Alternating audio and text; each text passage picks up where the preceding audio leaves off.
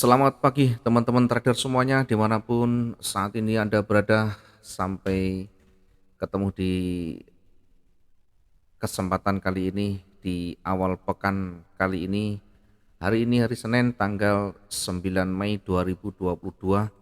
Mengawali pagi ini kita akan mencoba untuk sedikit mereview pada perkembangan harga di XAU yang hari Jumat kemarin, kemudian nanti kita ikuti dengan membuat satu pemetaan untuk satu hari ke depan, di mana kita bisa menempatkan posisi-posisi kita, di mana kita bisa menempatkan titik entry yang kita anggap terbaik dengan membaca signal yang ada, dengan membaca petunjuk atau trigger yang ada, sehingga lebih berpotensi dengan punya tingkat probabilitas yang tinggi. Baik, kita akan lihat di satu hari yang lalu, hari Jumat kemarin. Kalau kita amati pergerakan hari Jumat kemarin membentuk satu tren naik, sudah kita singgung pada hari Sabtu kemarin. Kita sudah mencoba untuk sekilas membahas review dan peluang yang ada di sana.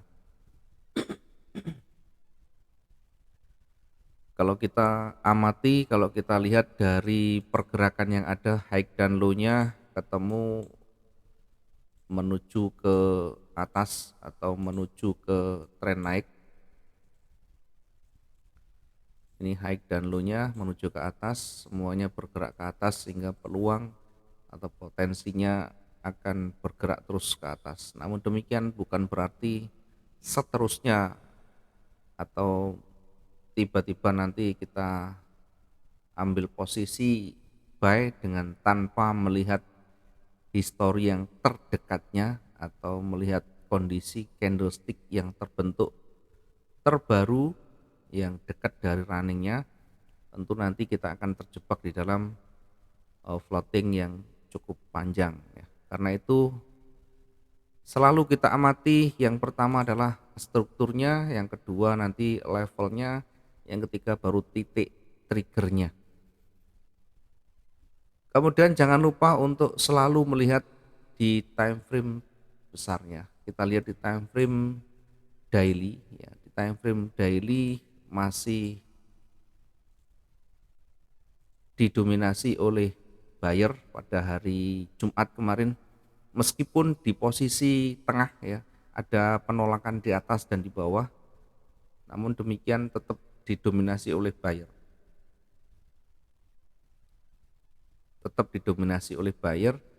Sehingga peluang untuk naik masih terbuka lebar dengan tetap memperhatikan penolakan yang ada di atas. Dua penolakan yang ada di atas dari hari Jumat dan hari Kamis ini cukup panjang. Buyer mencoba menembus tertingginya, menembus level tingginya di sebelah kirinya, namun ditolak oleh seller dengan kuat, bahkan ditutup dengan merah. Kemudian kembali mencoba naik berat, kemudian mencoba naik lagi berat lagi. Kita tarik garis tren, nah semuanya menuju ke bawah. Kalau kita tarik garis tren, pergerakan menuju ke bawah. Secara umum dari time frame besar ya, ini berada di wilayah tren naik kemudian koreksi ya. Secara umum pergerakannya adalah koreksi. Baru kita lihat secara detailnya di time frame yang lebih kecil ya. Kalau kita tidak menemukan petunjuk yang saling memperkuat di D1, DH4, DH1, maka kita bisa perbesar dan perkecil, kita turunkan dengan time frame yang lebih bawah. Karena kita menggunakan daily day trading, kita menggunakan day trading, maka yang kita gunakan adalah time frame yang lebih rendah ya. Setidaknya di H4 dan H1. Kalau kita lihat di H4, perhatikan di H4 ini pergerakan tetap masih didominasi atau masih bergerak kecenderungannya ada dua sisi ya, membentuk satu simetris, sehingga nanti harus hati-hati di sana. Dari pergerakan yang ada, kita menunggu breakout di antara duanya. Kalau kita tarik garis simetri seperti ini, garis tren naik dan tren turun, maka akan membentuk satu simetris. Meskipun kecenderungan turun, tetapi jangan lupa secara umum pergerakan ke atas. Sehingga untuk peluangnya yang terbaik untuk di tradingnya, cukup kita menunggu breakout di antara dua garis tren ini. Setelah itu baru kita tentukan titik entry-nya. Kalau kita bersabar dengan time frame H4. Kemudian ketika terlalu lama bergerak ya, di H4 ini kita rasa cukup lama, itulah pilihan yang kita ambil nanti. Kita mau seperti apa? Kalau kita mau yang lebih valid, tentu kita bisa pakai H4. Tetapi untuk menunggu breakout di antaranya butuh waktu yang cukup lama. Terkadang kita tidak sabar dan keburu kita entry duluan. Maka jalan satu-satunya kita bisa turunkan time frame-nya di time frame H1. Di H1 kita belum menemukan, misalnya di sini masih berpeluang, di sini ada level ya, masih belum breakout di antaranya juga, masih belum menemukan trigger yang tepat, maka kita bisa turunkan dengan M15. Tadi di H4 sudah kita lihat, di H4 masih berada di area simetris, sehingga harus menunggu breakout di antaranya. Kemudian di H1 juga masih belum terlihat jelas, maka kita bisa turunkan di time frame M15. Di time frame M15 nanti kita akan lihat di situ, setidaknya akan terlihat lebih jelas dari time frame yang di atasnya, meskipun tingkat keakurasian masih lebih valid yang di atasnya. Setidaknya kita bisa melihat lebih detail, di sana ada levelnya, ada mana yang bisa membentur di antaranya. Yang lebih kuat di sini ada penolakan, di sini ada penolakan, sebelah kiri juga ada penolakan, sebelah kiri juga ada level, sehingga kita bisa tarik garis ke kanan untuk membatasi, untuk melihat nanti dia lebih kuat atau tidak.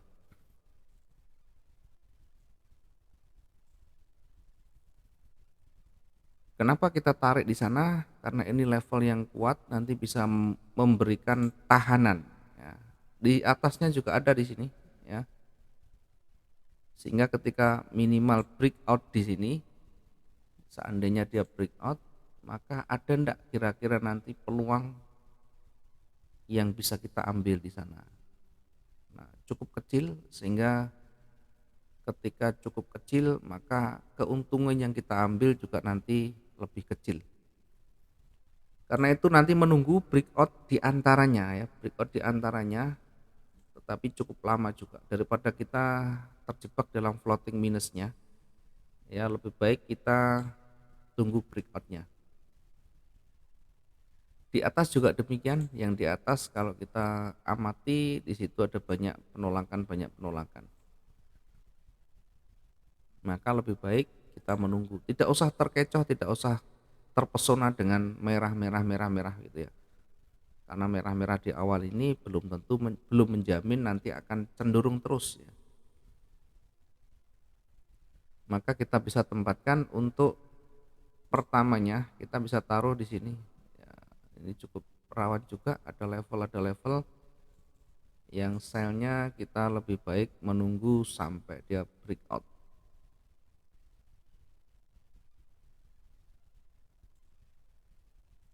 Kemudian nanti targetnya berada di ujungnya. Kita taruh di sini untuk sell stopnya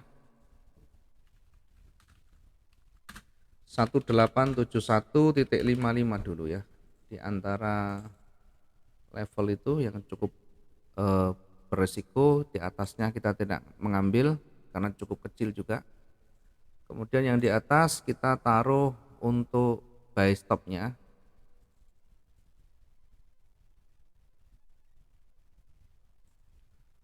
Buy stopnya kita taruh di atas levelnya juga 1886.28 ya, 1886.28. Kemudian targetnya nanti berada di sumbu di sini di ujungnya. Oke. Ya, targetnya kita kasih warna merah. Yang di bawah juga demikian, target kita kasih warna merah. Nah, apakah kita tidak bisa masuk di posisi sekarang? Ya, bisa saja masuk. Namanya kita menggunakan manfaatkan posisi running. Ya, tentu ketika kita memaksa dengan kondisi running, tidak ada volatilitas yang tinggi, tidak ada trigger yang kuat, maka nanti jatuhnya kita menunggu ya cukup lama dan harus menggunakan antisipasi di atasnya karena ini masih belum apa-apa ini.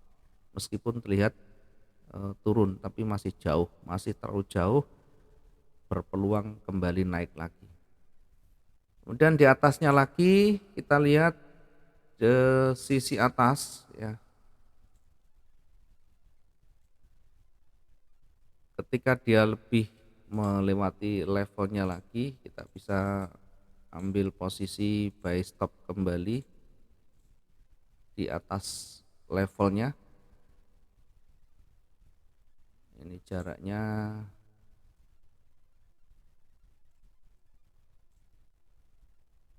oke, kita ambil buy stop kembali atau kita tunggu breakout nanti baru kita ambil posisi buy di 1894.83. Targetnya berada di atasnya ya, mungkin berada di sini ya, kira-kira 400-500 ya.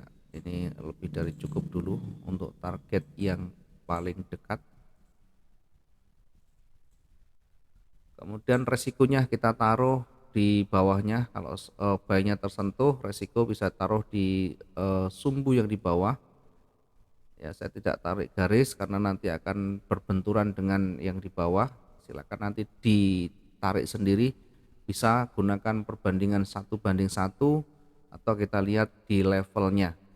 Ingat ini adalah day trading, jangan disamakan dengan swing sehingga kalau kita mengambil peluang entry dan menempatkan TP, SL, maka perhatikan jangan seperti kita menggunakan yang swing trading atau trading yang panjang. Ya, kita pastikan satu hari clear, satu hari selesai sehingga untuk mendapatkan di sana tidak bisa kita dengan target yang lebih tinggi, tidak bisa dengan resiko yang terlalu rendah juga karena nanti pasti akan selalu kesentuh. Intinya di dalam batasan resiko kita nanti yang menentukan, satu berdasarkan level, yang kedua berdasarkan tekanan dan penolakan yang ada di sana atau bahasanya volatilitas yang di sana seperti apa, kecenderungannya seperti apa kita bisa lihat sehingga nanti relatif angkanya tidak harus 400 pergerakan, tidak harus 500, tidak harus 600. Melihat kondisi lapangan. Setidaknya kita bisa gunakan risk dan reward rasio 1:1. Kenapa kita gunakan ini? Karena kita sekali lagi membutuhkan space yang lebih panjang untuk dia bisa bergerak leluasa tanpa harus tersentuh SL-nya. Dalam kondisi terpaksa nanti baru cut loss kita terapkan di situ. Kemudian ketika dia turun sampai di mana kira-kira? Ya, kita bisa lihat yang satu hari Jumat kemarin. Hari Jumat kemarin pergerakannya kira-kira sekitaran ini.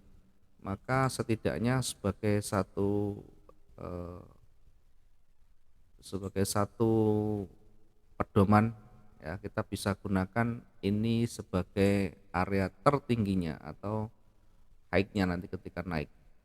Kemudian ketika turun kita bisa gunakan ini untuk melihat kemampuan pergerakannya, maka kira-kira nanti berada di levelnya di sini.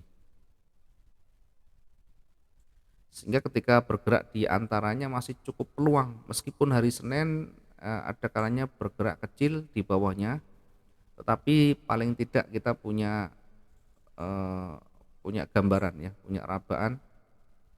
Kalau dia bergerak turun kira-kira sejauh itu, kalau dia naik kira-kira sejauh itu. Kemudian di levelnya di sini ada penolakan ini kita bisa gunakan untuk memanfaatkan limit atau koreksinya. Di sini bisa kita gunakan limitnya di 1861.41 ya. Kita bisa gunakan limit di sana di 1861.41.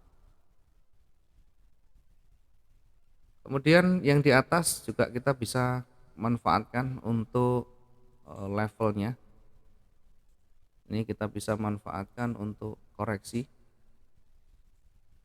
dengan sell limit di 1902.27.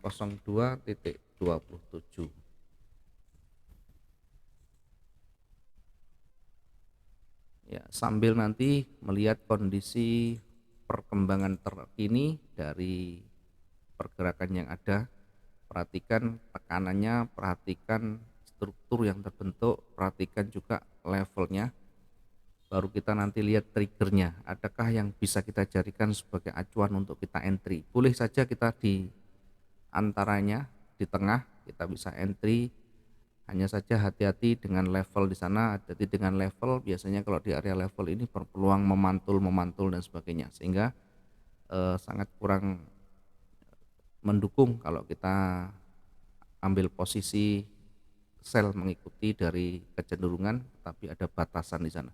Mudah-mudahan ini bisa bermanfaat setidaknya untuk meraba sedikit banyak pergerakan untuk satu hari ke depan. Ketika nanti bergerak mendekati levelnya, ketika bergerak breakout di sana, ada yang bisa kita lakukan, ada rencana yang bisa kita lakukan, termasuk di sana nanti sudah kita antisipasi ketika berbalik. Mudah-mudahan bermanfaat pagi ini dan mudah-mudahan maksimum dalam profit kita. Kita akhiri, selamat pagi, salam profit dua arah.